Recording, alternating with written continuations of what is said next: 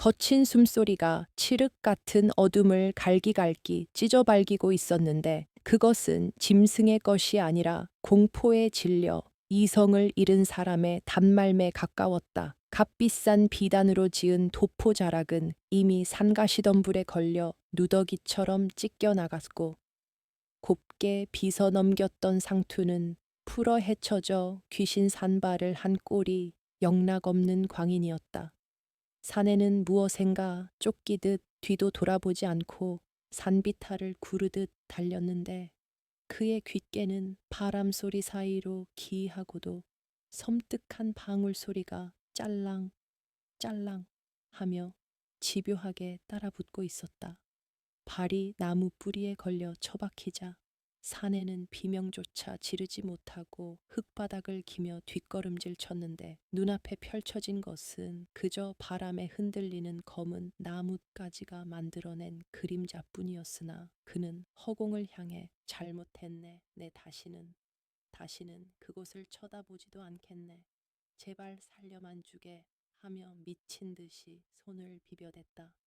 그의 눈동자는 초점을 잃고 흔들렸으며 입께는 거품이 허옇게 물려 있었다. 이 처참한 몰골의 사내가 불과 열흘 전만 해도 한양 바닥에서 내로라 하는 세도가 최대감댁의 외동아들 최무선 도령이었다는 사실을 아는 이는 드물 것이었다.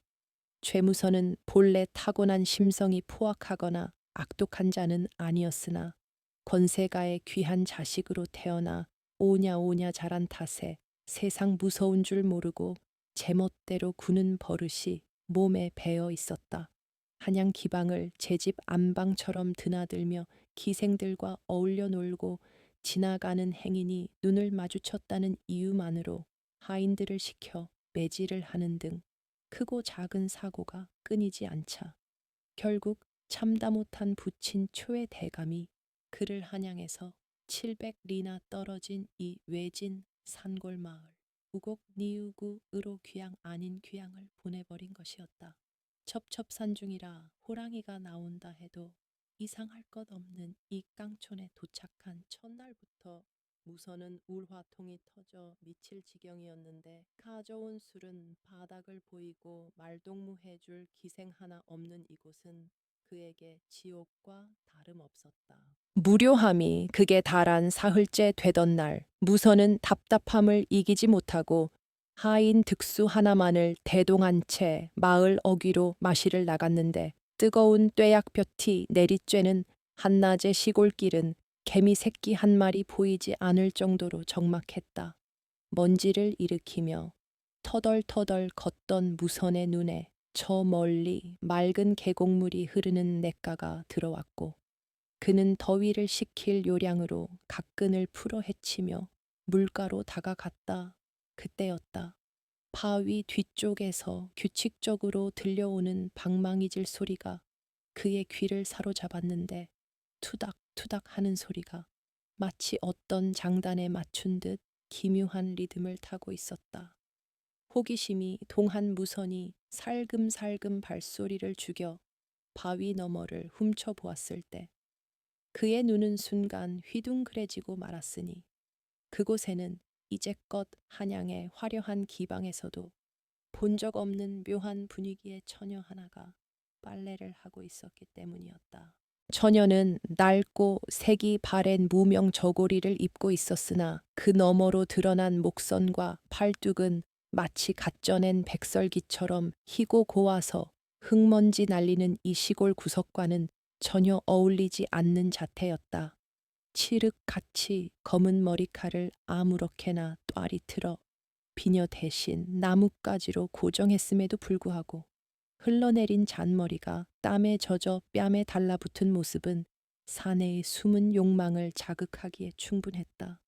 무선은 침을 꼴깍 삼키며 넋을 잃고 그녀를 바라보았는데 빨래를 두드리는 그녀의 손놀림은 거침이 없으면서도 어딘가 모르게 경건해 보이기까지 했다. 득수가 눈치 없이 도령님 뭘 그리 보십니까요? 하고 묻자 무선은 득수의 입을 틀어막으며 쉿 조용히 하거라. 저기 저 여인이 누구냐? 하고 낮게 속삭였다. 득수는 고개를 빼꼼히 내밀어 처녀를 확인하고는 대수롭지 않다는 듯 아, 저 계집은 연화라는 아이입니다. 마을 끝자락 쓰러져 가는 오두막에 혼자 사는데 부모도 없고 워낙 말이 없어 마을 사람들도 잘 어울리지 않는답니다. 라고 대답했다. 그 말을 들은 무선의 입계는 비릿한 미소가 번졌는데 부모도 없고 형제도 없이 혼자 사는 계집이라니 이는 곧 뒤탈 걱정 없이 마음대로 주물러도 된다는 뜻이나 다름없게 들렸기 때문이었다. 한양에서라면 아무리 권세가라도 함부로 건드렸다가는 소문이 나고 체면을 구길 일이었으나 여기는 법보다 주먹이 가깝고 양반의 말 한마디가 곧 법인 시골 깡촌이 아니던가. 무선은 부채를 촥 펼쳐 붙이며 짐짓 점잖은 척 헛기침을 하고는 처녀 쪽으로 걸음을 옮겼다. 크흠, 날이 몹시 무덥구나. 이복의 처자, 목이 말라 그러는데 물 한 모금 얻어 마실 수 있겠느냐. 무선의 목소리에 방망이질 소리가 뚝 끊겼고 처녀는 천천히 고개를 들어 무선을 올려다 보았는데 그 순간 무선은 등골이 서늘해지는 기분을 느꼈다. 처녀, 연화의 눈동자는 일반적인 사람의 그것보다 훨씬 짙고 깊어서 마치 빛조차 빨아들일 듯한 검은 우물 같았는데 그 눈에는 양반을 대하는 두려움도 낯선 사내를 대하는 수줍음도 담겨 있지 않았다. 그저 텅 빈 듯하면서도 모든 것을 꿰뚫어 보는 듯한 그 무심한 시선에 무선은 잠시 할 말을 잃고 멍하니 서 있을 수밖에 없었다. 연화는 아무 말 없이 옆에 놓인 바가지에 계곡물을 떠서 무선에게 건넸는데 물을 건네는 손길조차 너무나 차분하고 고요하여 무선은 홀린 듯 그 바가지를 받아들었다. 물을 마시는 척하며 슬쩍 그녀의 손등을 스쳤는데 한여름 대낮임에도 불구하고 그녀의 살결은 얼음장처럼 차가워 무선은 저도 모르게 흠칫 놀라 뒷걸음질 쳤다. 고맙구나. 무선이 얼떨결에 내뱉은 말에도 연화는 그저 가볍게 고개를 숙여 보일 뿐 다시 묵묵히 빨래를 시작할 따름이었다. 숙소로 돌아온 무선은 밤이 깊도록 잠을 이루지 못하고 뒤척였는데 눈만 감으면 낮에 보았던 연화의 그 서늘하고도 매혹적인 눈빛과 희디흰 목덜미가 아른거려 견딜 수가 없었다.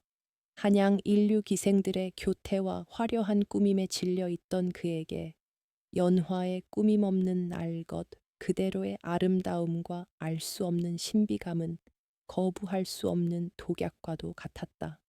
득수야, 득수야. 무선이 밖을 향해 소리치자 잠결에 놀란 득수가 허겁지겁 문을 열고 들어왔다. 예, 도령님, 무슨 일이십니까? 무선은 벌떡 일어나 앉으며 눈을 번들거렸다. 내 아무래도 안 되겠다. 그 연화라는 계집. 내 수청을 들게 해야겠어. 내일 당장 그 아이를 불러오너라. 득수는 난처한 표정을 지으며 머리를 긁적였다. 아이고 도령님, 말씀드렸지 않습니까? 그 아이는 좀 뭐랄까 마을 사람들도 꺼리는 구석이 있습니다. 생긴 건 멀쩡해도 어딘가 음침한 게. 내 이놈 양반이 하라면 할 것이지 무슨 말이 그리 많으냐. 무선의 호통에 득수는 납작 엎드렸다. 아니, 그게 아니오라. 촌장 영감 말로는 그 아이가 사는 집터가 예전에 무당이 살던 곳이라 기운이 안 좋다고. 득수의 변명은 오히려 무선의 승부욕에 기름을 부은 격이 되었다.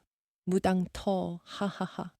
귀신 나부랭이가 무서워서 사내 대장부가 계집 하나를 못 취한단 말이냐. 한양 최무선이 겁쟁이인 줄 아느냐. 무선은 씩씩거리며 자리에서 일어났다. 그의 마음속에는 이미 연화를 어떻게 굴복시키고 그 차가운 눈빛을 뜨거운 정욕으로 바꾸어 놓을지에 대한 더러운 상상으로 가득 차 있었다. 그날 밤 우곡 마을을 감싸고 도는 바람소리는 유난히 구슬프게 울부짖었고 마을 어귀선앙당의 오색천들은 미친 듯이 펄럭이며 다가올 재앙을 예고하는 듯했다. 다음 날 아침 무선은 비단옷을 쫙 빼입고 위풍당당하게 촌장의 집을 찾아가 으름장을 놓았다. 내 이 마을에 와서 적적하던 채 연화라는 처자를 보았네. 내 그 아이를 곁에 두고 시중을 받게 할 터이니 그리 알게. 촌장은 그 말을 듣자마자 낯빛이 흑빛으로 변하며 손사래를 쳤다. 도령님, 그건 아니 도옵니다. 다른 아이라면 몰라도 연화 그 아이만은 절대 안 됩니다. 촌장의 격렬한 반대에 무선은 기가 찼다. 아니, 천한 고와 계집 하나 데려다 쓰는 게 무슨 대수라고 이 난리인가. 내가 돈을 안 주겠다는 것도 아니고. 촌장은 부들부들 떨며 무선의 옷자락을 붙잡았다. 돈 문제가 아닙니다요. 그 아이는 건드려서는 안 될, 아니, 사람이지만 사람이 아닌 험한 팔자를 타고난 아이입니다. 제발, 제발 그냥 두십시오. 촌장의 눈에는 진심 어린 공포가 서려 있었으나 무선은 그것을 총우석 노인네의 미신 타령으로 치부하며 코웃음을 쳤다. 비켜라, 내 오늘 밤 당장 그 아이를 내 방으로 들일 것이다. 만약 거절한다면 이 마을 전체가 내 아버님의 진노를 사게 될 줄 알아라. 무선은 촌장을 매몰차게 뿌리치고 돌아섰다. 그의 등 뒤로 촌장의 탄식 소리가 길게 이어졌지만 무선은 콧노래를 흥얼거리며 발걸음을 옮길 뿐이었다. 그는 몰랐다. 자신이 지금 건드리려 하는 것이 단순한 시골 처녀가 아니라 수백 년간 이 마을의 어둠을 억누르고 있던 거대한 또아리의 꼴이라는 사실을, 그리고 그 꼬리를 밟은 대가가 얼마나 혹독할지를. 하늘에는 먹구름이 몰려오고 있었고 숲속 깊은 곳에서는 까마귀 떼가 불길하게 울어대며 선홍빛 피 냄새를 맡은 듯 선회를 시작했다. 이것이 바로 한양도령 최무선이 겪게 될 생지옥의 서막이었다. 다음 날 아침 득수는 최무선의 불호령에 떠밀려 꼬리를 마른 강아지 마냥 쭈뼛거리며 연화의 오두막을 향해 발걸음을 옮겼는데 그의 품에는 한양의 비단 가게에서도 최상품으로 치는 붉은 비단 필과 금으로 장식된 놀이개가 한아름 안겨 있었다. 무선은 재물이라면 사족을 못 쓰는 기생들만 보아왔기에 평생 흙바닥을 기며 살아온 시골 처녀 따위는 눈앞에 번쩍이는 금보화만 들이밀면 감지덕지하며 제 발로 걸어 들어올 것이라 확신하고 있었다. 그러나 득수가 돌아와 전한 소식은 무선의 기대와는 정반대였으니 득수는 식은 땀을 줄줄 흘리며 도령님, 그 처자가 선물을 거들떠 보지도 않습니다. 그냥 마루 끝에 내려놓고 왔는데 이런 건 죽은 사람에게나 입히시지요라며 쳐다도 안 봅니다요 라고 고해 바쳤다. 무선은 믿을 수 없다는 표정으로 득수의 멱살을 잡고 흔들며 네 이놈 네가 중간에서 떼어 먹으려고 거짓말을 하는 것이 아니냐. 감히 천한 것이 양반의 성의를 무시해 라고 고함을 질러댔다.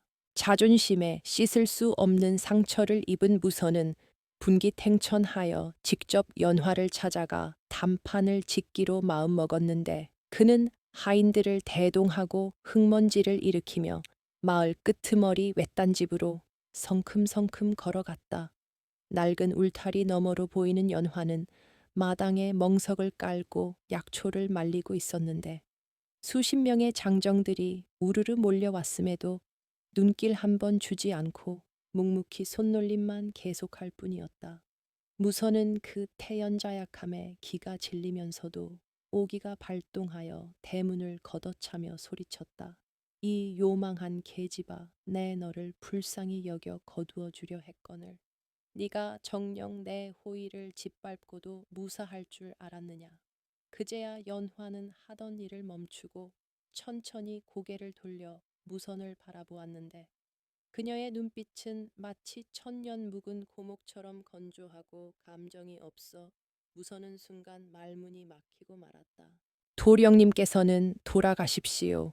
이곳은 산 사람이 함부로 발을 들일 곳이 아닙니다. 연화의 목소리는 낮았으나 묘한 울림이 있어 듣는 이의 고막이 아닌 뼈를 진동시키는 듯 했는데 무선은 그 기이한 느낌을 애써 무시하며 비웃음을 날렸다. 산 사람이 못 올 곳이라니 귀신이라도 나온다는 개냐흥. 핑계 한번 요란하구나. 내 오늘 너를 기어이 내 처소로 데려가야겠다. 무선이 득수에게 눈짓을 하자 하인들이 쭈뼛거리며 연화에게 다가갔으나 연화가 싸늘한 눈으로 그들을 쏘아보자 건장한 사내들이 마치 보이지 않는 벽에 막힌 듯 더 이상 발을 떼지 못하고 얼어붙어 버렸다. 하인 중 하나가 도령님, 다리가 말을 듣지 않습니다. 하며 비명을 지르자 무선은 혀를 차며 직접 연화의 손목을 낚아채려 달려들었다. 그러나 무선의 손이 그녀의 옷자락에 닿으려는 찰나 마른 하늘에서 우르릉 하는 천둥 소리가 들리며 돌풍이 불어와 무선의 갓이 날아가고 흙먼지가 눈을 덮쳤다.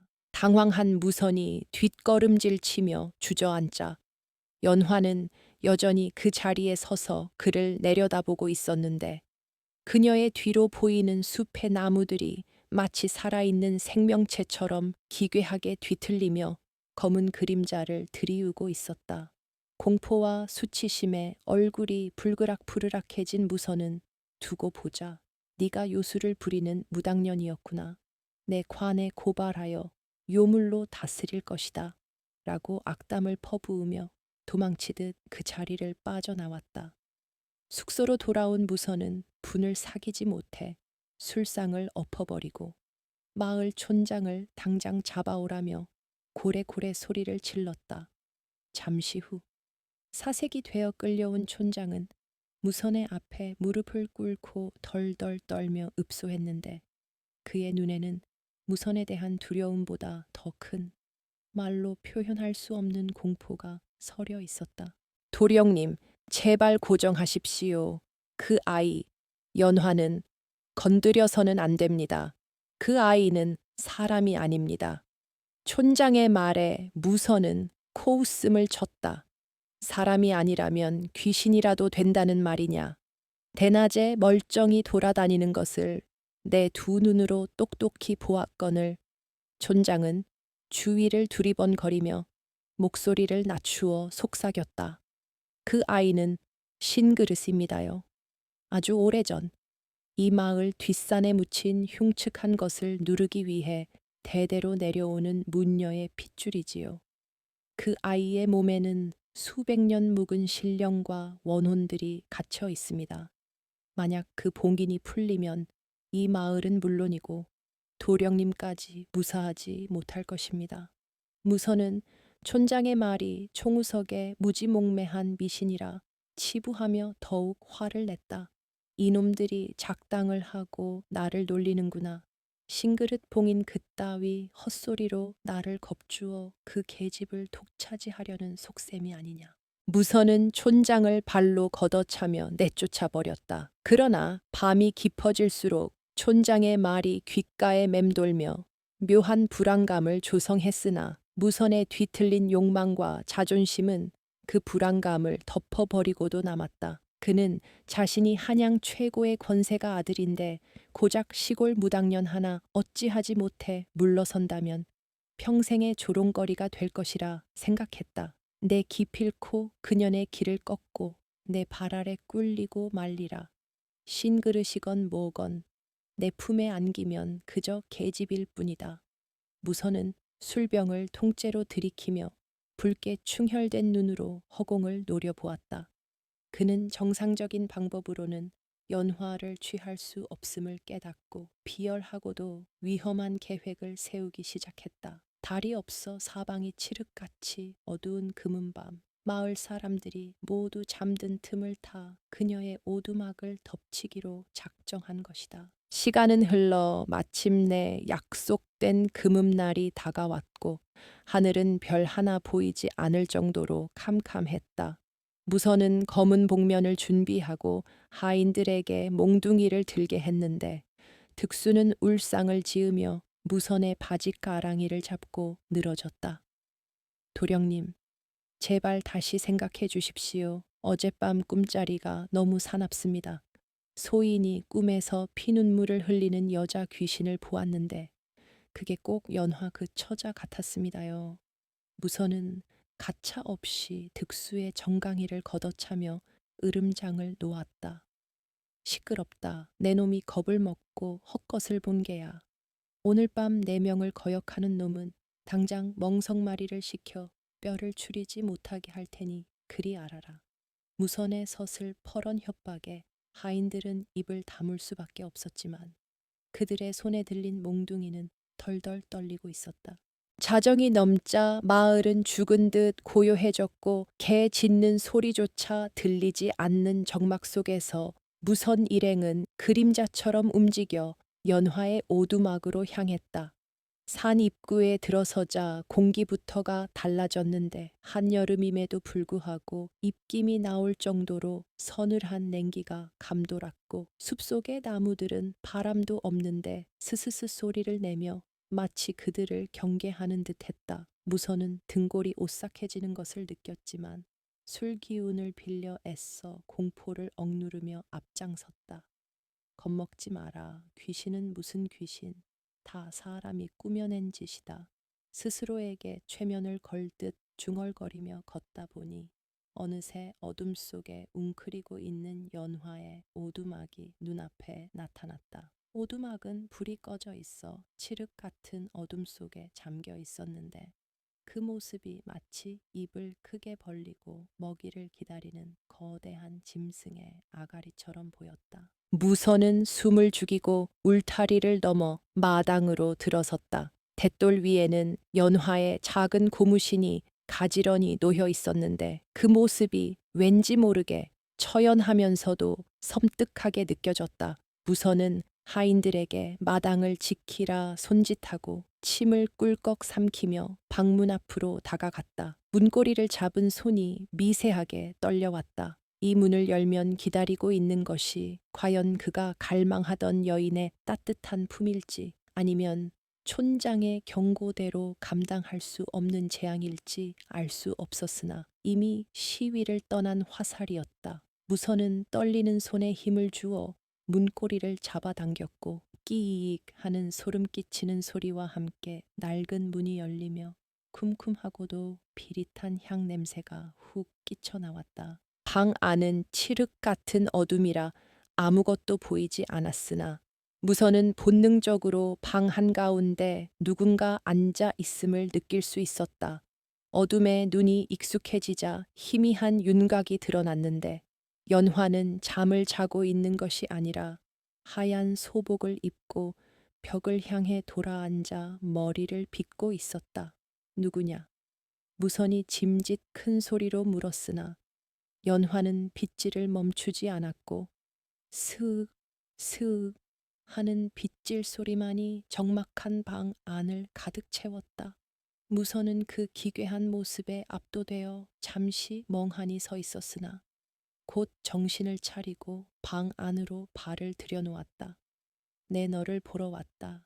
이 밤중에 사내가 찾아왔으면 예의를 갖추어야 할 것 아니냐. 무선이 다가서며 그녀의 어깨에 손을 올리려는 순간 연화의 빗질 소리가 뚝 멈췄다. 돌아가라. 아직은 때가 아니다. 연화의 목소리는 평소와 달리 쇳소리가 섞인 듯 거칠고 낮았는데 마치 늙은 노파가 쥐어짜는 듯한 소리였다. 무선은 그 목소리에 쏘스라치게 놀라 손을 거두려 했으나 욕망이 공포를 다시금 짓눌렀다. 네가 나를 가지고 노는구나. 목소리까지 변조하여 나를 겁주려 하다니 가상하도다. 무선은 억지로 그녀의 어깨를 잡아 자신 쪽으로 확 돌려 세웠다. 그러나 돌아선 연화의 얼굴을 본 순간 무선은 심장이 멎는 듯한 충격을 받았다.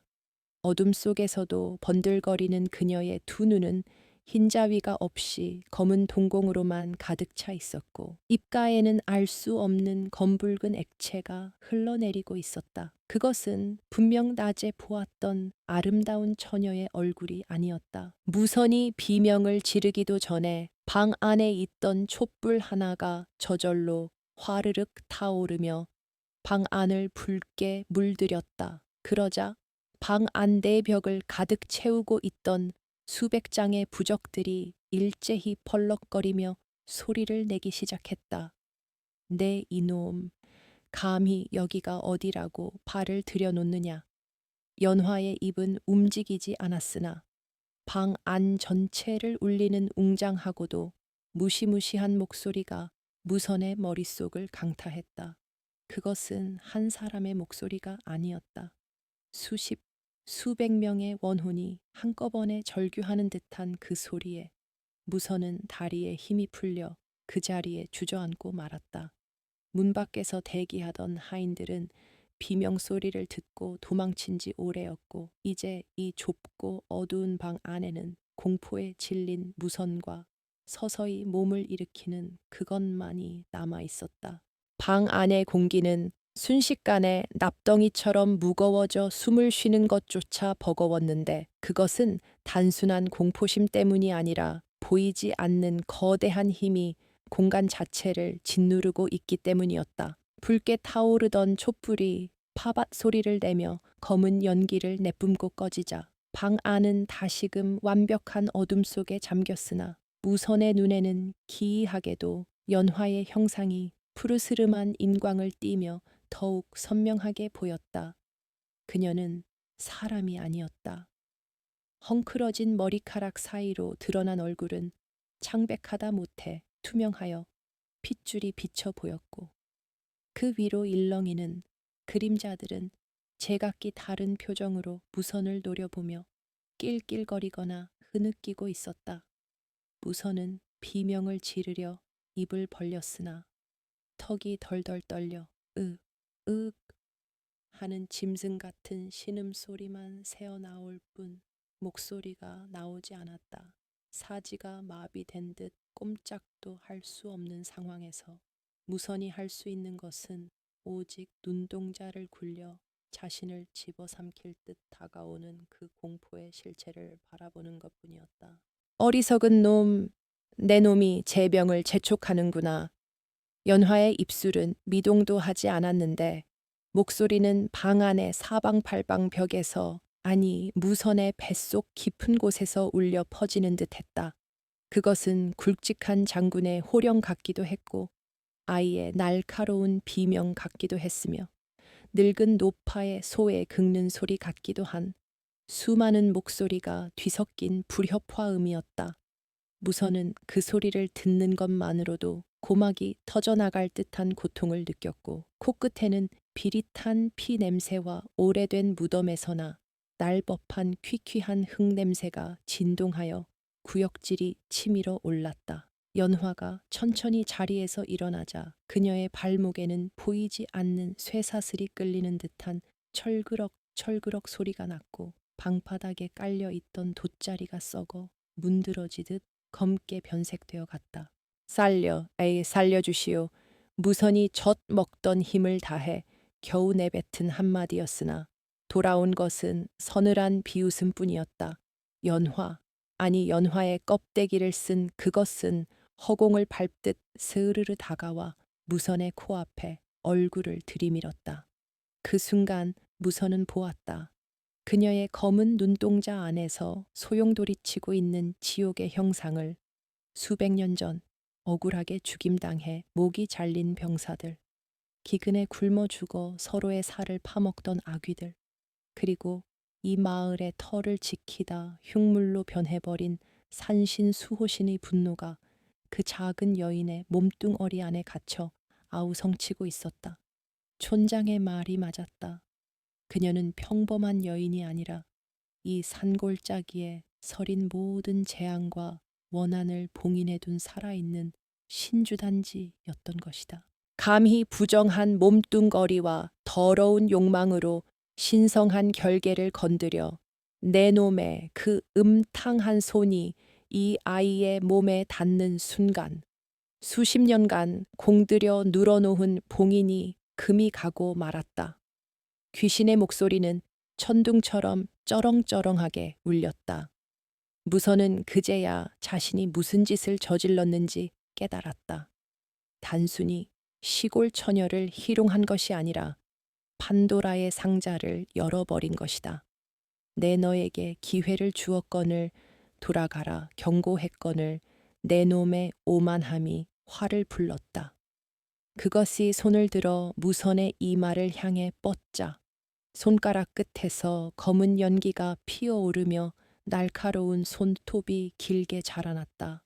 무선은 눈을 질끈 감았으나 고통은 상상을 초월했다. 살이 찢기는 아픔이 아니라 영혼이 불에 타는 듯한 뜨거움과 뼛속까지 얼어붙는 차가움이 동시에 덮쳐왔다. 크악! 무선은 고통에 몸부림치며 바닥을 굴렀다. 그의 눈앞에는 헛것이 보이기 시작했다. 방 안가득히 목 없는 귀신들이 춤을 추고 천장에서는 핏물이 뚝뚝 떨어져 그의 얼굴을 적셨다. 그는 엉금엉금 기어서 문 쪽으로 향했으나 문은 굳게 닫혀 열리지 않았고 문고리를 잡은 손은 불에 댄 듯 뜨거웠다. 뒤에서는 연화가 아니 괴물이 깔깔거리며 웃고 있었다. 어딜 가느냐 내 놈이 원하던 대로 오늘 밤 내 수청을 들어야지. 내 품이 그리도 탐난다 하지 않았느냐. 그녀의 그림자가 거대하게 부풀어 올라 무선의 등을 덮쳤다. 무선은 숨이 막혀 헐떡거렸다. 잘못했습니다. 제발 내 전 재산을 다 내놓겠소. 무엇이든 하겠소. 무선은 바닥에 머리를 찌으며 빌었다. 이마가 깨져 피가 흘러내려 눈을 가렸지만 아픔조차 느껴지지 않았다. 오직 이 지옥에서 벗어나고 싶다는 생각뿐이었다. 그때였다. 오두막 밖에서 달게 회치는 소리가 희미하게 들려왔다. 아직 새벽이 오려면 멀었을 시간이나 그 소리는 마치 구원의 나팔 소리처럼 들렸다. 그 소리에 그것의 움직임이 칫 하고 멈칫했다. 재수 없는 짐승이 벌써 우는구나. 오늘은 이만 물러가지만 내 놈의 몸에 내 흔적을 남겨두었으니 어디를 가든 내가 너를 지켜볼 것이다. 연화의 몸이 부르르 떨리더니 허공으로 솟구쳤던 검은 기운이 다시 그녀의 정수리로 빨려 들어갔다. 동시에 닫혀 있던 문이 쾅 하고 열리며 차가운 밤바람이 몰아쳤다. 무선은 그 틈을 놓치지 않았다. 그는 네 발로 기어 짐승처럼 문지방을 넘었고 신발도 신지 못한 채 맨발로 산길을 내달리기 시작했다. 이것이 바로 1장에서 묘사된 그가 미친 듯이 산을 내려오던 장면의 전말이었다. 무선은 뒤도 돌아보지 않고 달렸으나 귓게는 여전히 짤랑짤랑 하는 방울 소리가 맴돌았다. 그것은 환청이 아니었다. 연화의 몸속에 있던 무당의 영혼이 흔드는 방울 소리이자 그에게 내려진 저주의 낙인이었다. 산비탈을 구르고 가시덤불에 찢기며 마을 입구에 다다랐을 때 무선은 이미 반쯤 실성한 상태였다. 마을의 개들이 그를 보고 미친 듯이 지저댔으나 그는 아무것도 들리지 않았다. 그저 살려줘, 살려줘 라고 중얼거리며 자신의 숙소 대문 앞에 쓰러질 뿐이었다. 다음 날 아침 득수가 발견한 무선의 몰골은 차마 눈 뜨고 볼 수 없을 지경이었다. 온몸은 상처투성이의 흙범벅이었고 눈은 흰자위만 뒤집힌 채 거품을 물고 경련을 일으키고 있었다. 무엇보다 끔찍한 것은 그의 오른팔이었다. 연화, 아니 귀신이 손을 뻗었던 그 부위에는 마치 불에 탄 듯 검게 썩어 들어가는 손자국이 선명하게 남아 있었는데 그 모양이 사람의 손이라기보다는 짐승의 발톱 자국에 가까웠다. 득수는 기겁을 하며 의원을 불렀으나 마을의 의원은 고개를 절레절레 흔들며 뒷걸음질 쳤다. 이건 약으로 고칠 병이 아니오. 사기가 뼛속까지 침범했소. 당장 큰 무당을 부르지 않으면 오늘 밤을 넘기기 힘들 것이오. 소식을 들은 촌장이 달려왔고 무선의 팔에 난 상처를 보자마자 그 자리에 주저앉아 통곡했다. 아이고, 결국 사단이 났구나. 기어이 그 금기를 깨버렸어. 촌장은 즉시 마을 청년들을 시켜 마을 입구에 금줄을 치고 외부인의 출입을 통제했다. 그리고 한양에 있는 초의 대감에게 급히 파발을 띄웠다. 도령께서 위독하시니 당장 내려오셔야 합니다. 라는 내용이었지만 촌장은 알고 있었다. 이것은 단순한 병이 아니라 신과 인간의 영역을 침범한 자에 대한 처절한 응징이라는 것을.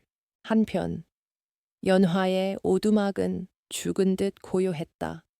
아침 햇살이 비추었지만 그 집 주변만은 여전히 서늘한 그늘이 드리워져 있었고 아무도 그 근처에 얼씬거리지 않았다. 방 안에서 연화는 쓰러진 채 가쁜 숨을 몰아쉬고 있었다. 그녀의 얼굴은 핏기 하나 없이 창백했고 입계는 말라붙은 핏자국이 남아 있었다. 그녀는 밤새 자신의 몸을 빌려 날뛰었던 신령들의 기운을 감당하느라 기력이 쇠하여 손가락 하나 까딱할 수 없었다. 그녀의 눈에서 맑은 눈물 한 방울이 주르륵 흘러내렸다. 죄송합니다. 제가 부족하여 님을 지키지 못했습니다. 그녀는 누구에게인지 모를 사죄를 하며 정신을 잃었다. 그녀 역시 피해자였다. 마을의 안녕을 위해 원치 않는 신을 받아들여야 했고 이제는 한양 도령의 어리석은 욕망 때문에 봉인이 깨어질 위기에 처한 가혹한 운명의 희생양이었다. 사흘 뒤 한양에서 초의 대감이 당대 최고의 만신 큰 무당과 함께 흙먼지를 일으키며 도착했다. 초의 대감은 아들의 처참한 모습을 보고 억장이 무너지는 듯 했으나 함께 온 만신 금화는 무선의 방에 들어서자마자 코를 감싸쥐며 인상을 찌푸렸다. 썩은 내가 진동을 하는구먼. 산 사람에게서 송장 냄새가 나. 금화는 무선의 팔에 난 검은 손자국을 들여다보고는 혀를 찼다. 이건 보통 원한이 아니다. 수백 년 묵은 장군신과 웡위들이 한데 엉켜 또아리를 틀었어. 이 댁 아드님이 건드려서는 안 될 신주를 건드렸구먼. 초의 대감은 만신의 바지카랑이를 잡고 애원했다. 제발 내 아들만 살려주게. 내 재산의 절반을 주어도 좋으니 제발. 금화는 차갑게 대답했다. 돈으로 해결될 일이 아닙니다. 이건 목숨을 건 구판을 벌여야 해요. 저쪽에서 원하는 건 이 아이의 목숨이거나 아니면 그에 상응하는 대가일 테니까요. 금화의 시선은 멀리 연화의 오두막 쪽을 향했다. 상대가 만만치 않아요. 그곳에 있는 것은 단순한 잡귀가 아니라 이 땅의 주인 행세를 하는 아주 오래되고 흉악한 것입니다. 자칫하면 저도 죽고 댁의 아드님도 죽습니다. 그래도 하시겠습니까? 초의 대감은 이를 악물고 고개를 끄덕였다. 그렇게 우곡마을에는 전무후무한 거대한 구판이 준비되기 시작했다. 우곡마을의 아침을 깨운 것은 닭 울음소리가 아니라 지축을 뒤흔드는 징소리와 장구소리였다. 초의 대감이 한양에서 모셔온 만신 금화가 주관하는 대동굿 판이 벌어진 것이다. 마을 중앙 공터에는 오색 찬란한 깃발이 서슬 퍼런 칼날처럼 하늘을 찌를 듯 펄럭였고 제단 위에는 통돼지 한 마리가 붉은 피를 머금은 채 입에 돈을 물고 올려져 있었다. 마을 사람들은 부정이라도 탈세라 감히 가까이 다가오지도 못한 채 멀찍이 떨어져 숨을 죽이고 지켜보았는데 그들의 눈에는 호기심보다는 두려움이 가득했다. 금화는 붉은 쾌자를 휘날리며 맨발로 작두 위를 오르내릴 준비를 하고 있었는데 그녀의 눈빛은 형형하게 빛나 마치 먹이를 노리는 매와 같았다. 징소리가 징징 하고 울릴 때마다 구경꾼들의 심장도 덩달아 쿵쾅거렸고 구판의 열기는 점점 고조되어 마치 공기 중에 불을 지른 듯 뜨겁게 달아올랐다. 금화가 부채와 방구를 흔들며 도무를 시작하자 그녀의 입에서는 알아들을 수 없는 공수신탁가 쏟아져 나왔다. 어흐 어흐 뉘라서 감히 잠자는 사자의 코털을 건드리느냐. 썩은 내 나는 욕망 덩어리가 신성한 털을 더럽혔구나. 금화의 목소리는 때로는 앙칼진 여인의 목소리로, 때로는 걸걸한 장군의 호통으로 변하며 좌중을 압도했다. 최대감은 제단 옆에 멍석을 깔고 앉아 식은 땀을 흘리며 연신 손을 비벼댔고 그 옆에는 반쯤 실성한 최무선이 포승줄에 묶인 채 짐승처럼 웅크리고 있었다. 무선의 눈은 이미 초점을 잃었고 입계는 침이 질질 흐르고 있었는데 가끔씩 허공을 향해 오지마 저리가 하고 비명을 질러대어 보는 이들의 혀를 차게 만들었다. 금화는 춤을 추다 말고 무선 쪽으로 획 고개를 돌리더니 손에 든 쌀을 그에게 쫙 뿌렸다. 에이끼 이놈 내 놈이 지은 죄가 하늘을 찌르는데 살기를 바라느냐. 구판이 절정으로 치달을 무렵 금화는 작두에서 내려와 땀범벅이 된 얼굴로 최대감을 노려보았다. 대감, 이제 그 아이를 불러야 합니다. 저기 저놈 몸에 붙은 귀신을 떼어내려면 그 원한의 주인인 몸주를 모셔와 단판을 지어야 해요. 최대감은 덜덜 떨며 하인들에게 눈짓을 했다. 잠시 후 마을 청년들이 가마 하나를 메고 나타났는데 가마 안에서 걸어 나온 것은 다름 아닌 연화였다. 며칠 사이 반쪽이 된 그녀는 창백하다 못해 투명해 보이는 얼굴로 힘겹게 걸음을 옮겼으나 그 주변에는 범접할 수 없는 서늘한 기운이 감돌아 아무도 그녀의 팔을 부축하지 못했다. 연화가 구판에 들어서자 요란하던 징소리가 거짓말처럼 뚝 그쳤고 바람조차 숨을 죽인 듯 사방이 고요해졌다. 연화는 무선이 묶여 있는 곳을 향해 천천히 걸어갔다. 그녀의 눈은 휑하니 비어 있었으나 그 깊은 곳에서는 푸른 도깨비불 같은 안광이 일렁이고 있었다. 금화가 긴장한 표정으로 방울을 흔들며 연화 앞을 막아섰다. 오셨습니까? 이 누추한 곳까지 발걸음을 하게 하여 송구합니다. 천하의 만신 금화조차 연화 앞에서는 허리를 굽히고 공손히 예를 갖추었다. 그러자 연화의 입꼬리가 기괴하게 비틀리며 올라갔다. 내년이 감히 내 앞길을 막느냐. 한낱 무당 따위가 신의 대리인을 자처하다니 가소롭구나. 그 목소리는 연화의 것이 아니었다. 그것은 땅속 깊은 곳, 지옥의 밑바닥에서 긁어 올린 듯한 굵고 거친 소리였다. 초의 대감은 그 소리를 듣자마자 힉 하고 숨을 들이키며 뒤로 넘어갔다. 이 놈을 내놓아라. 내 이놈의 누나를 파먹고 심장을 씹어 삼켜야 분이 풀리겠다.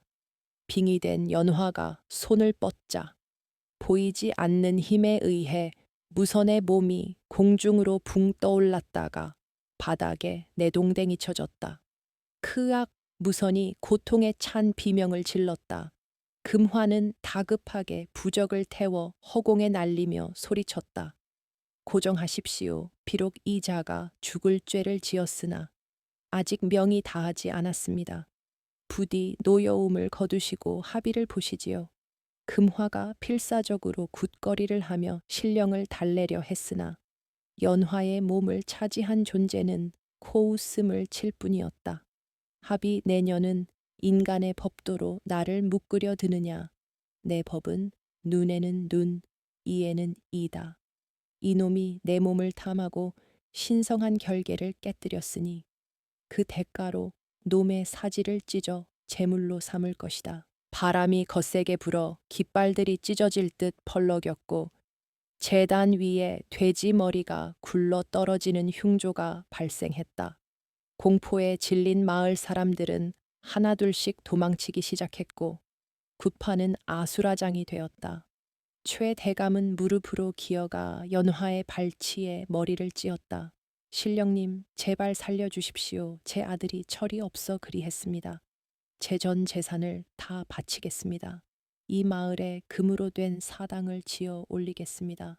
초해 대감의 이마에서 피가 흘러내려 흙바닥을 적셨지만 그는 멈추지 않고 절을 올렸다.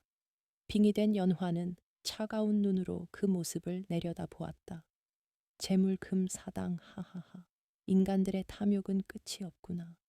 너희가 숭배하는 그 재물이 나에게 무슨 소용이란 말이냐.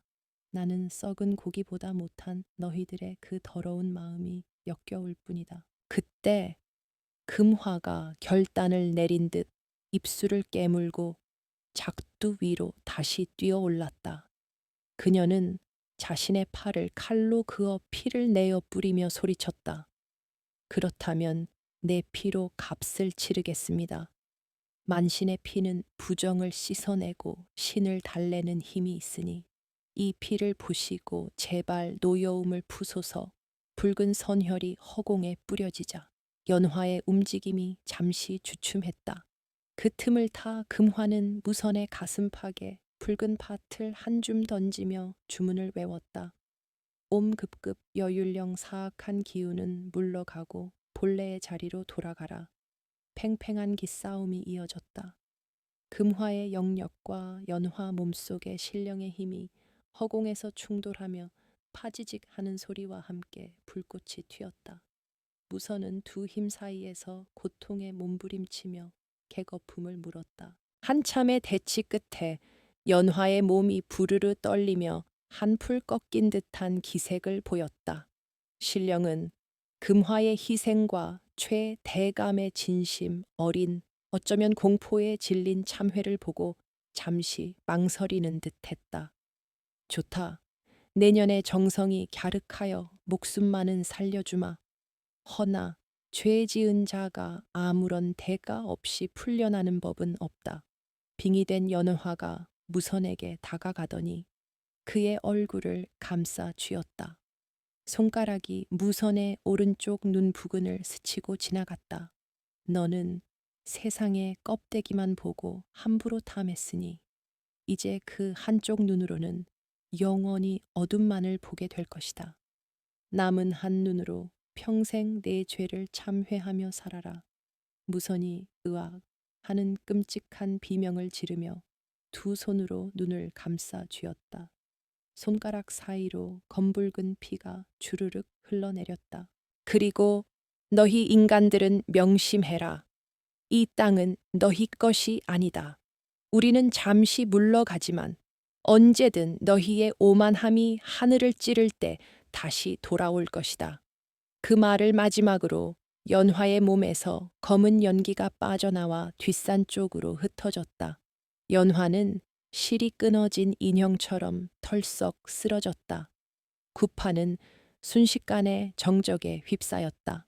남은 것은 한쪽 눈을 잃고 고통에 뒹구는 최무선의 신음소리와 넋이 나간 채 앉아있는 초의 대감, 그리고 탈진하여 바닥에 쓰러진 금화뿐이었다.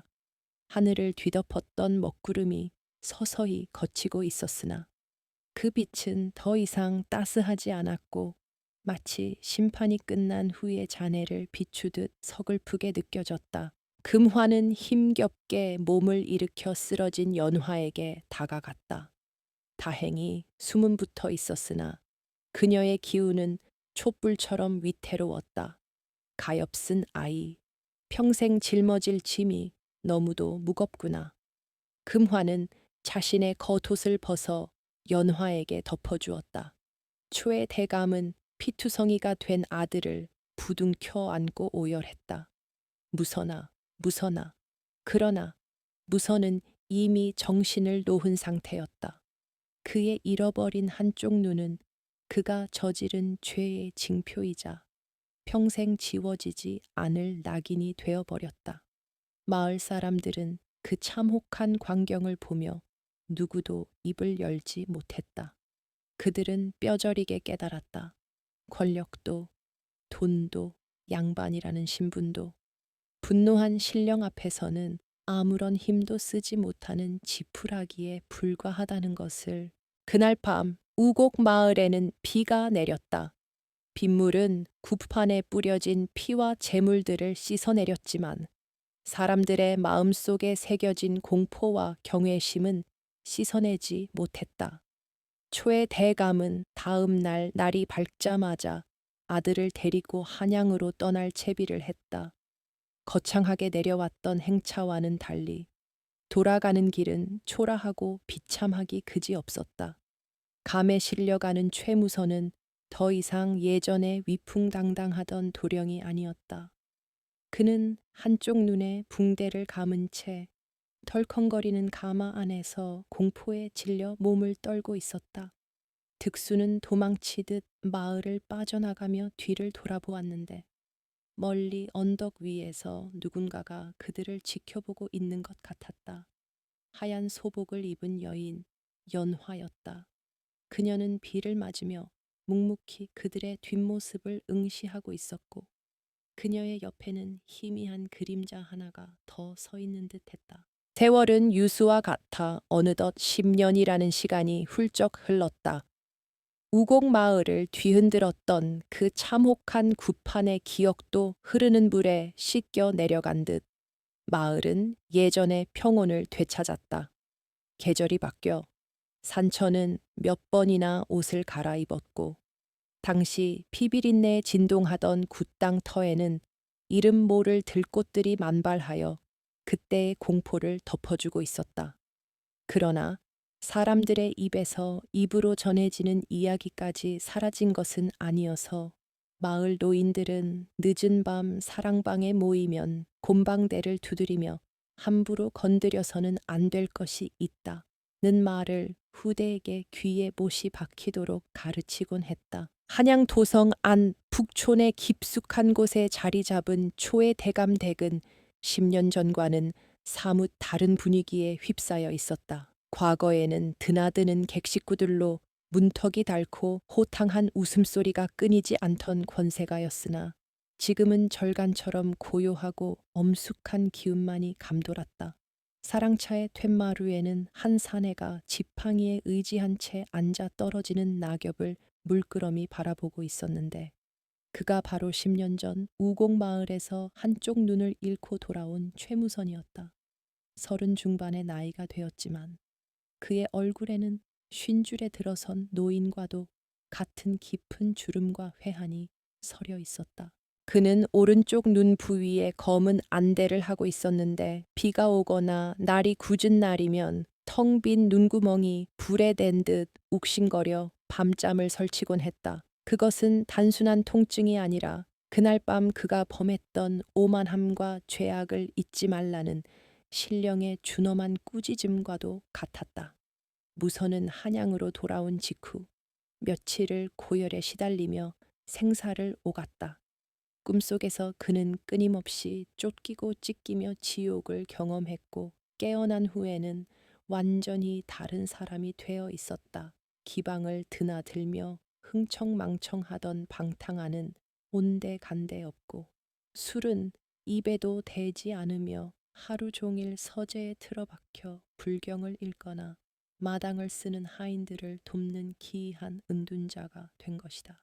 최 대감은 그런 아들을 보며 가슴을 쳤으나 한편으로는 안도했다. 목숨을 부지한 것만으로도 감지덕지해야 할 일이었기 때문이었다. 최 대감이 몇 해 전 노환으로 세상을 떠난 뒤 무선은 가문의 모든 재산을 정리하여 빈민들을 구제하는 데 쓰기 시작했다. 주변에서는 최의 도령이 미쳤다. 귀신에 홀려 가산을 탕진한다며 수군거렸지만 무선은 개의치 않았다. 그는 자신이 가진 부와 권력이 얼마나 더 덮는 것인지, 그리고 그것을 잘못 휘둘렀을 때 어떤 재앙이 닥치는지를 뼈저리게 깨달았기 때문이었다. 그는 가끔 거울 속에 비친 자신의 외눈을 들여다보며 중얼거렸다. 이 눈 하나 남겨주신 것은 세상의 껍데기가 아닌 진실을 보라는 뜻이겠지요. 어느 늦가을 오후, 늙은 하인 득수가 조심스럽게 사랑채로 들어왔다. 득수 역시 세월의 풍파를 맞아 머리가 희끗희끗해져 있었다. 날이 우곡마을에 다녀온 사람이 돌아왔습니다. 무선은 쥐고 있던 붓을 내려놓고 천천히 고개를 들었다. 그래, 그곳은 여전하더냐. 득수는 고개를 조아리며 대답했다.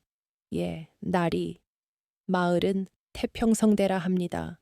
그리고 그 처자, 아니 만신께서도 무탈하시다 합니다. 무선은 득수가 내민 작은 꾸러미를 받아 들었다. 그것은 우곡 마을의 맑은 계곡물로 빚은 술 한 병과 말린 산나물 조금이었다. 무선은 그것을 보물처럼 소중히 어루만지며 씁쓸한 미소를 지었다. 무선은 매년 가을이면 남몰래 사람을 시켜 우곡 마을에 쌀과 비단을 보내왔다. 자신의 이름을 밝히지 않고 그저 죄 많은 사람이라 적어 보냈지만 연화는 그 선물이 누구에게서 온 것인지 알고 있을 터였다. 득수의 말에 따르면 연화는 이제 그 마을의 진정한 수호신으로 추앙받고 있다고 했다. 그녀는 더 이상 외톨이가 아니었다. 마을 사람들은 굳은 일이 생기거나 마을에 우환이 닥칠 조짐이 보이면 을의 그녀의 오두막을 찾아가 지혜를 구했고 그녀는 묵묵히 그들의 아픔을 어루만져 주었다. 무선이 보낸 곡물은 마을의 가난한 이웃들에게 골고루 나누어졌다. 그녀는 무선의 사죄를 말없는 용서로 받아들인 것이었다. 한편 700리박 우곡 마을의 풍경은 한 폭의 수묵화처럼 고요했다. 연화의 오두막은 이제 제법 번듯한 신당의 모습을 갖추고 있었는데 처마 끝에 매달린 풍경이 바람에 흔들리며 댕그랑 댕그랑 맑은 소리를 내고 있었다. 신당 마루에 앉아 먼 산을 응시하는 연화의 모습은 10년 전의 그 앳된 처녀가 아니었다.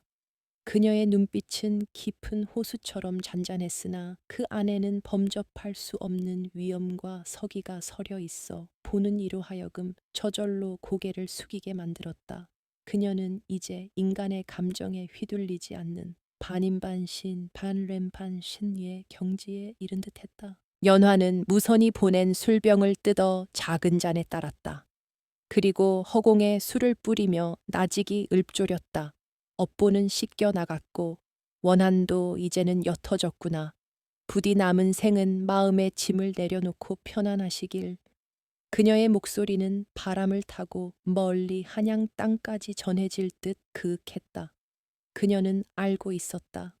무선이 잃어버린 한쪽 눈은 그에게 형벌이기도 했지만 동시에 그를 인간답게 살게 해준 구원의 징표이기도 했음을 그 사건이 아니었다면 무선은 평생 자신의 욕망에 갇혀 괴물이 되었을지도 모를 일이었다.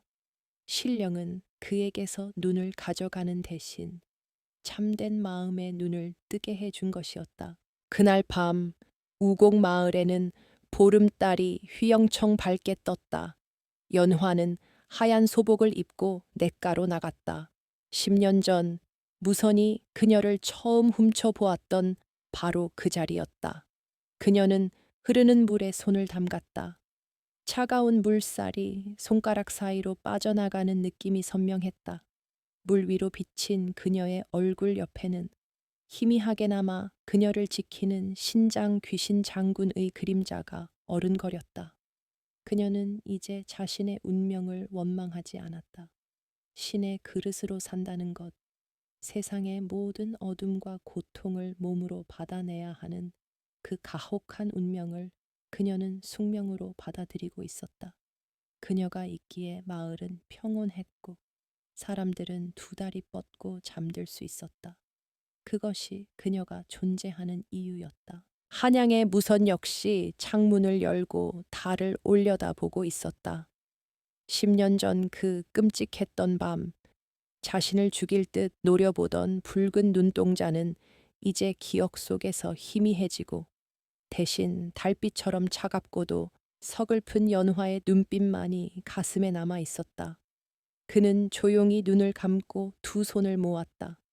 부디 그곳에서는 평안하시게 내 다음 생에 다시 만난다면 그때는 귀한 인연으로 만나 갚지 못한 빚을 갚겠네. 그의 볼을 타고 뜨거운 눈물 한 줄기가 흘러내려 안대 밑으로 새으며 들었다. 그것은 회한의 눈물이자 동시에 묵은 찌꺼기를 씻어내는 정화의 눈물이었다. 이야기는 여기서 끝을 맺는다. 세상 사람들은 눈에 보이는 것만이 전부라 믿고 살아가지만 보이지 않는 곳에는 엄연한 법도와 질서가 존재한다. 힘 있는 자가 힘없는 자를 함부로 짓밟을 때, 부유한 자가 가난한 자의 작은 것마저 탐할 때, 하늘은 반드시 그 오만함을 경계하고 징벌한다. 최무선 도령의 이야기는 단순히 호색하니 귀신을 만나 혼쭐난 기담이 아니라 인간이 지켜야 할 선과 자연과 신령에 대한 경외심을 잃지 말아야 한다는 준엄한 교훈을 우리에게 남겨준다. 흐르는 물은 말이 없고 산은 그저 묵묵히 자리를 지킬 뿐이다. 그러나 그 고요함 속에 세상의 이치가 담겨 있음을 우리는 잊지 말아야 할 것이다. 우곡 마을 어귀, 늙은 느티나무 아래에는 오늘도 바람이 불고 그 바람결에 실려오는 방울 소리가 오가는 이들의 발길을 멈추게 한다. 짤랑, 짤랑. 그것은 경고일까? 아니면 축복일까? 그 소리를 듣는 자의 마음가짐에 달렸을 것이다.